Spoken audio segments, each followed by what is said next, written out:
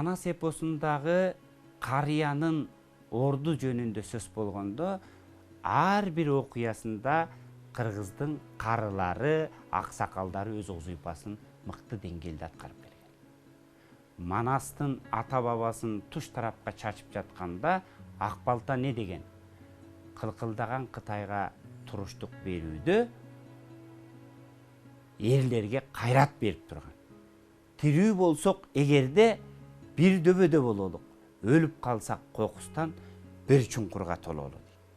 Ал эми ошол эле ак балта Алтайга барганда ошол эгин айдап эмгек кылуу боюнча дагы эмгек кыл балдар, эмгек кыл, таап алган эгиндин табагын тайга, кочушун койго сатасың деп жалпы элге эмгекке үгүттөп багыт берген. Ошол эле учурда Манас 12-ге чыкканда ак балтанын өзгөчөлүгү хан шайлоодо жалпы элге кайрылып атат.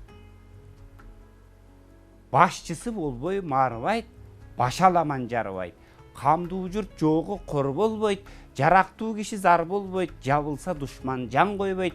Калкалайм десең жаныңды, калдайган журтум биригип көтөргүлө каныңды.